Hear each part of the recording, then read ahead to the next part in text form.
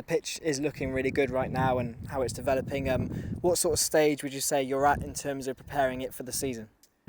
I'd still say I'm at the 2-week stage, the cut-in. I've just sprayed it now, so I'm not going to cut it now for a couple of days. And then when I do start cutting it again, it will be every other day, every day. It will just be cutting, helping it fill out, thicken out a little bit more.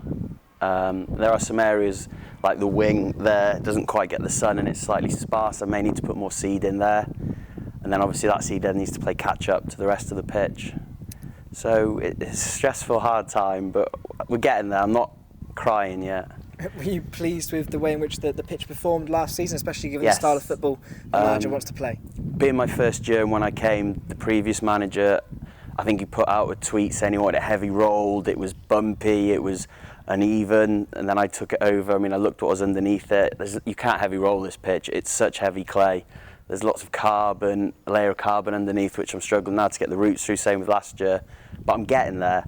But for my first proper year here really in professional football, and with quite a not a demanding manager, but how he plays, he needs it on the deck, he needs it flat. I think the pitch held out really well.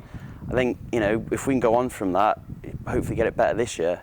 Yeah, and we've seen you today, Adam, working on the pitch and using the machine just to your left. Can you tell us a bit about what you've been doing with the pitch today? With my Martin Lissman pedestrian sprayer, electric. All I've done today, it's quite warm today. Again, I don't really spray chemicals or anything, but what I wanted to do was get some complex teas into the soil itself, into the ground. So I've put the bar pressure up slightly more. There is a breeze. I know it looks like it's roasting, but it's not too hot to spray. Plus it's only, these are air injection, or it's only a fine sprinkling that will go down.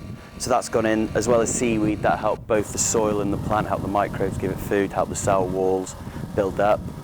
And help little seedlings develop. Again, the carbon layer's about 1 inch under the ground. What I don't want to happen is the plant roots go down and then feed off this carbon layer.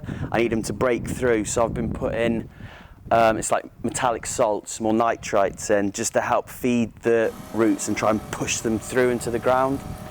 Because of this stage of the pitch, I can't really get any machinery on to do any aeration.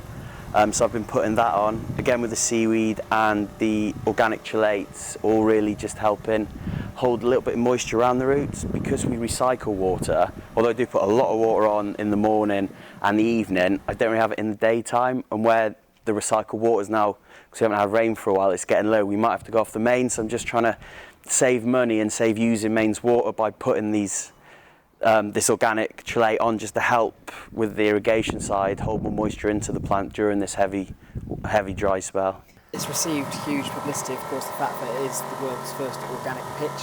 What's that like for you as the groundsman to be working on the world's first organic pitch? Oh, it's amazing. It's a brilliant pitch. But it's more than just a plain surface. It actually creates oxygen. It'll create enough oxygen to keep 126 people alive, as long as I keep the majority of the grass on it. It's a living, breathing thing. I like Dale's views where we're not pumping it full of chemicals. We're literally drip feeding it to make the plant work for itself. And similar types of human body, if we pump it full of stuff, it'd be steroided up. Or if we don't feed it enough, it'll yell, it'll get weak, it'll get disease. Because we don't spray fungicide, we need to keep that right balance of a healthy plant by not overfeeding it, not underfeeding it.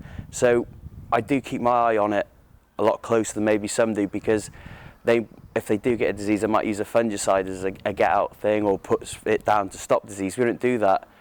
We try and put the right bacteria in the plant. I'm using the bacillus at the moment in there, and trying to keep the plant healthy and sustainable on its own without use of chemicals and organic lights and things.